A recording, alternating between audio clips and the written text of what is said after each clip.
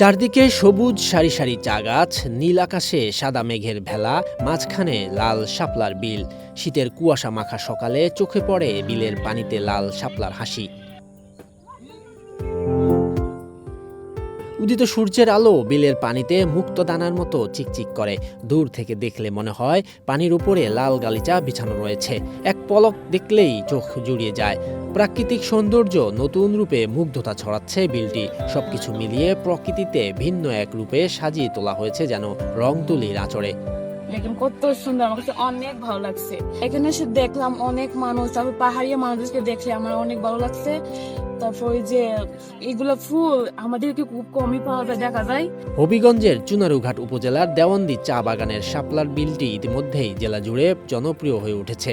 এই সৌন্দর্য ও বিলটিকে কেন্দ্র করেই ভ্রমণ পিপাসুদের কাছে এই বিলটি এখন শাপলার রাজ্য ও পদ্মবিল নামে পরিচিত।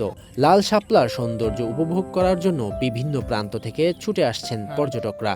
দেখার মতো মনোমুগ্ধকর পরিবেশ, ঠিক আছে, অনেক ভালো লাগছে। চা বাগান প্লাস হচ্ছে শাপলা বিল, আর এখানে এসে ভালো লাগছে। আর দ্বিতীয় কথা হচ্ছে এই জায়গায় একসাথে দেখলাম একটা জিনিসের অভাব, একটা ঘাটতি আছে, সেটা হচ্ছে একটা ওয়াশরুমের একটা ঘাটতি আছে।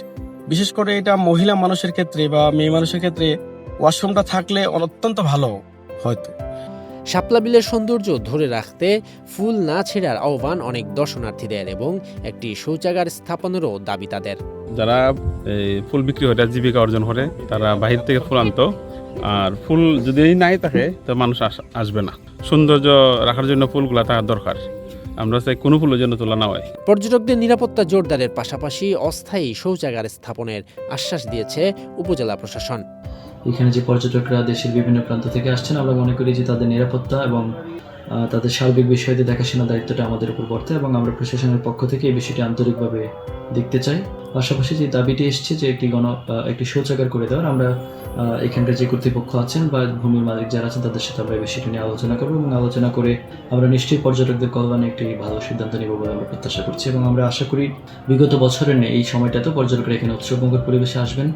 শাপলার বিল ঘুরে যে কেউ চিরচেনা বাংলার এক অপরূপের দেখা পাবে। তবে এ রূপ দেখতে হলে অবশ্যই ভোরের সূর্য ওঠার আগে সেখানে থাকতে হবে। শরীয়তুল্লাহ, বৈশাখী সংবাদ।